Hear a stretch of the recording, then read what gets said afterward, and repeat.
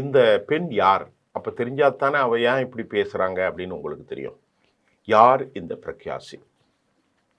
இதை இந்தியாவினுடைய அரசியலை நன்கு கவனித்தவர்களுக்கு இந்த பிரக்யா சிங்கை பற்றி சில வார்த்தை சொல்லணும். இவ்வளவு பேசுகிறால, முஸ்லீம் பையனை பார்க்காத, காலை ஒடி, அவனுக்கு அடித்து சாக்கு, வீட்டுக்கு ஒரு சின்ன வேலைக்கு கூட முஸ்லீமை கூப்பிடாத, அவன் வீட்டுக்கு நீ போவாத, உன் வீட்டுக்கு அவன் வந்து அனுமதிக்காத, இந்த மாதிரி நிறைய ஒரு வளரக்கூடிய தேசத்தில் ரொம்ப டாப்பு.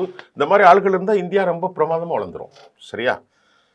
இவர் யாருன்னா, என்ஐஏ வழக்கு, நேஷனல் இன்வெஸ்டிகேஷன் ஏஜென்சி, பயங்கரவாதிகளை தண்டிப்பதற்கு தேசிய பாதுகாப்பு சட்டத்தினூடே இவரை தூக்கு தண்டனை கொடுக்கப்பட வேண்டும் என்ற அளவிற்கு வாதாடிய ஒரு குற்றவாளி. புரியுதா இவ யாருன்னு? பாரதிய ஜனதா சார்பில் இவர் எம்பியாக போட்டியிட்டார் போபால்ல 2019. இப்ப என்ன வழக்கில் விசிக்கிறார் அப்படின்னு பார்ப்போம். பிரக்யா சிங் RSS தொடர்புடைய பலர் மலைகான் என்கின்ற மகாராஷ்டிரா குண்டுவெடிப்பில் அஜ்மீர் தர்கா, மாலைகானில் முஸ்லிம்கள் பாப்புலேஷன் அதிகமாக வாழக்கூடிய ஒரு பகுதி, இது மும்பையில் இருக்கிறது.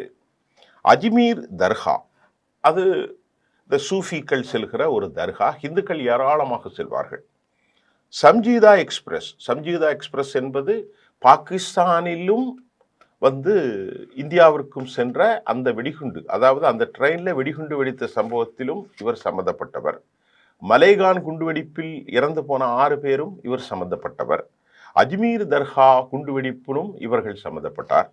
அதே மாதிரி ஹைதராபாத்தினுடைய மக்கா மஸ்ஜித் குண்டுவெடிப்பிலும் சம்பந்தப்பட்ட இந்த கடும்போக்கு தீவிரவாதியைத்தான் பாரதிய ஜனதா 2019 எலெக்ஷனில் டிக்கெட்டை கொடுத்து நிறுத்தி, அது மட்டும் இல்லை தோழர்களே, இந்த மாபெரும் தியாகியை அவர்கள் டிஃபென்ஸ், தேசிய பாதுகாப்பு கமிட்டி, டிஃபென்ஸ் கமிட்டியில் ஒரு உறுப்பினராகவும் ஆக்கி அழகு பார்த்தார்கள்.